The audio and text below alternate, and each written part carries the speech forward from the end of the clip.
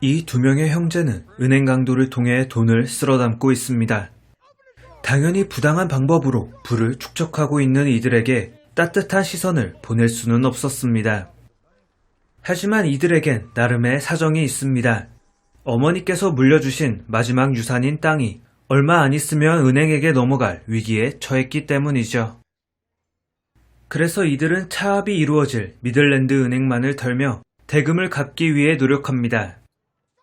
이런 표면적인 이야기를 보면 약간은 뻔한 범죄물처럼 이야기는 흘러갈 것만 같습니다.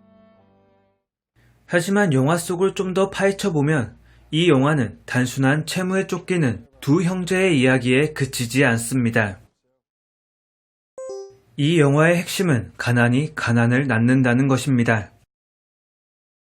단순히 가난한 한 세대가 지나면 다음 세대에게 또 다른 기회가 있는 것이 아니라 돈은 돈을 부르고 가난은 가난을 부르고 있다는 것. 이 악순환의 고리를 끊어내기 위해 두 형제는 분투했지만 결과는 초라했습니다. 형인 테너는 아버지의 폭력을 이기지 못해 살인을 저지르고 감옥에 들어갑니다. 동생인 토비는 천연가스 시추회사에서 일했지만 지금은 그마저도 사라져 실업자 신세를 면하지 못합니다. 이제 이들이 일을 해서 빚을 변제한다는 옵션은 없습니다. 이미 전과자라는 주홍 글씨가 붙은 테너. 평생을 굴착일을 해왔지만 이제는 써주는 데가 없어 실직 상태인 토비. 이 상태가 지속되면 상황은 더 악화될 게 불보듯 뻔했죠. 그래서 이들은 가난의 고리를 자신들의 세대에서 끊어내고자 합니다. 그것이 비록 위법한 행동일지라도 말이죠.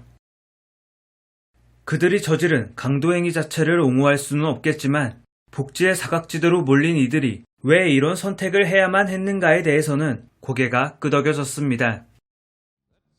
열심히 살면서 가난을 타개하고자 했던 두 형제. 하지만 그들은 점점 가난해져 갔고 이제는 토비의 아이들까지 가난이라는 구렁텅이에 잠식되고 있었습니다. 번듯한 집, 많은 재산 등을 물려주지는 못할 망정 가난이라는 슬픈 짐더미를 떠넘겨야만 하는 부모의 심정은 이루 말할 수 없을 겁니다. 그렇기에 토비는 형에게 은행 강도라는 정신나간 제안을 했고 테너 역시 이 방법 외에는 답이 없음을 알고 있었죠. 이 영화의 또 다른 주인공은 베테랑 보안관인 해밀턴. 그는 은퇴를 앞두고 있었지만 천부적인 감각으로 두 형제의 다음 타겟을 알아맞춥니다. 그리고 가장 먼저 이들을 뒤쫓으며 영화는 노인이라고 할 수 있는 해밀턴의 승리처럼 보였습니다. 하지만 결과는 그렇지 않습니다. 분명 그는 뛰어난 직관으로 테너를 추격하지만 돈을 가지고 가버린 토비를 붙잡지 못합니다. 이에 그는 토비까지 체포하려 하지만 이미 경찰은 범인 테너를 손에 넣으며 수사 종료를 선언합니다. 그리고 그는 자연스레 은퇴하게 되며 더 이상 토비를 추격할 수 없게 되죠. 사건의 진짜 내막을 완전히 파악하고 있던 건 해밀턴이었지만 이미 뒷방 늙은이로 전락한 그의 이야기에 귀 기울여주는 사람은 아무도 없습니다. 사실 경찰이 해밀턴의 감을 신뢰하지 못한다는 건 수사 초기 때부터 보여집니다. 다음에 털릴 은행 앞에서 진을 치고 있던 해밀턴은 항상 같이 다니는 파트너 후퍼만이 그의 수사를 돕습니다.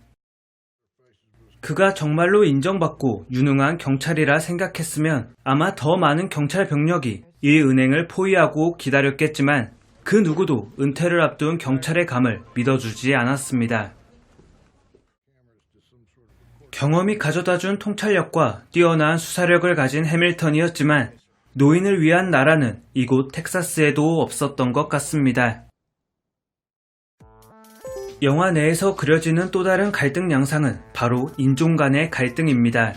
해밀턴과 후퍼 두 명의 보안관이 이 인종 갈등에 대해 여러 이야기를 만들어냈죠.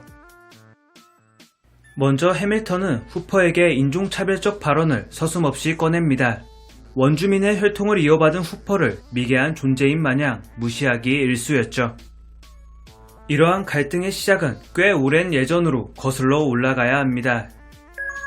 이른바 서부 개척시대 인디언들은 이민자들 때문에 자신들이 오래 살고 있던 터전을 내주어야만 했습니다.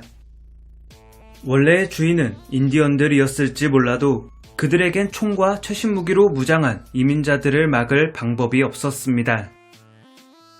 이제는 인디언 보호구역 혹은 이민자들의 밑에서 일하며 생계를 이어가는 것이 그들이 처한 운명이었죠. 이러한 과거의 일은 단순히 과거의 일에 그치지 않습니다.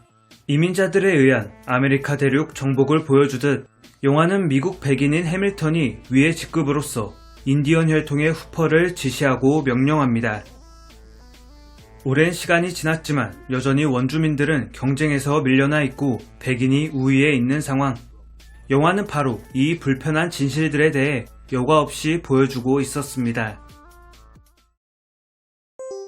그럼 테너와 토비 형제 그리고 해밀턴의 공통점은 무엇이었을까요?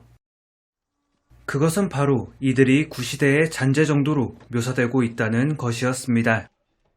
토비는 천연가스 시추가 점점 줄어드는 상황 속 일자리를 잃었고 테너는 법보다 주먹이 가까운 사람이었습니다. 또한 해밀턴은 첨단 수사가 핵심이 되는 요즘 수사 방식과는 달리 온전히 감각을 이용해서 범인을 추적합니다. 그래서 형제들의 다음 타깃 은행을 알아맞춘 해밀턴의 감은 단순한 우연이나 운은 아니었을지도 모릅니다. 이 형제들과 해밀턴은 말 그대로 동료였습니다.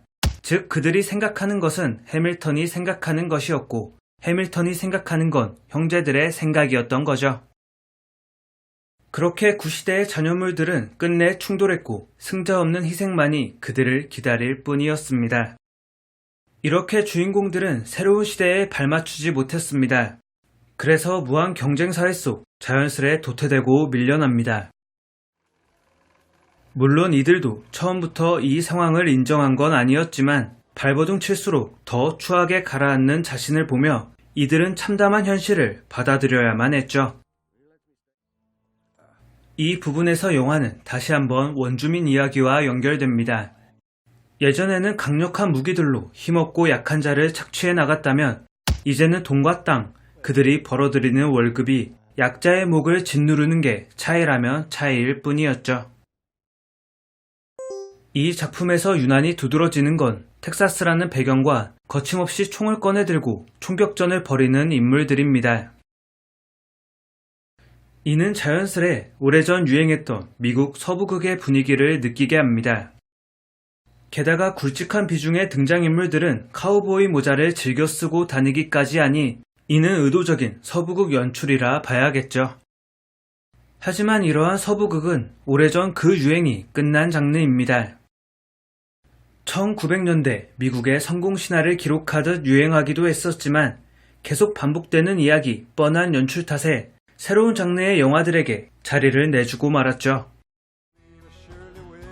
그럼에도 이 영화는 철진한 서부극 이야기를 차용하기로 했습니다. 여러 공간적 배경, 등장인물들의 행동, 그리고 소품 등을 통해서 말이죠. 하지만 이 영화가 촌스럽게 다가오지 않는 이유는 서부극 요소를 아주 은유적으로 녹여내었기 때문입니다. 먼저 영화는 은행에게 땅을 빼앗기지 않기 위해 은행 강도를 벌이는 형제들과 이들을 잡으려는 보안관 2인조의 갈등을 보여줍니다. 그리고 그 안에 여러 상황과 미장센을 통해 서부극의 향기를 풍깁니다. 크게 신경 쓰지 않으면 느껴지지 않도록 아주 은유적이고 섬세하게 서부극을 덧칠해둔 느낌이었죠. 말보로 담배를 태우며 정의의 사도처럼 나타나 권총으로 상대를 제압하는 전형적인 서부극의 카우보이는 없지만, 아니 그런 뻔한 등장인물이 없기에 이 영화가 철진한 소재를 가져왔음에도 세련된 이야기와 연출을 보여줄 수 있었습니다. 사실 이 영화는 단순히 범죄, 서스펜스물이라 하기 어렵습니다. 긴장감 넘치는 배경음악, 빠른 화면 전환이 이루어지며 긴박감을 느끼게 하는 연출 등은 모두 이 영화에 등장하지 않기 때문이죠. 하지만 잔잔함 속에서도 영화는 팽팽한 텐션을 유지해 나가며 뻔한 서스펜스 연출이 아니어도 충분히 재미있고 긴장감 넘칠 수 있다는 걸 보여줍니다. 게다가 찬찬히 뜯어보면 더 많은 이야기를 품고 있는 만큼 여러 번을 돌려봐도 그럴 만한 가치가 충분한 작품이었습니다. 은행 강도를 통해 가난의 고리를 끊어내려고 발버둥치는 두 형제 이야기, 그리고 철진한 서부극의 화려한 변주를 숨겨뒀던 영화 로스트 인 더스트였습니다.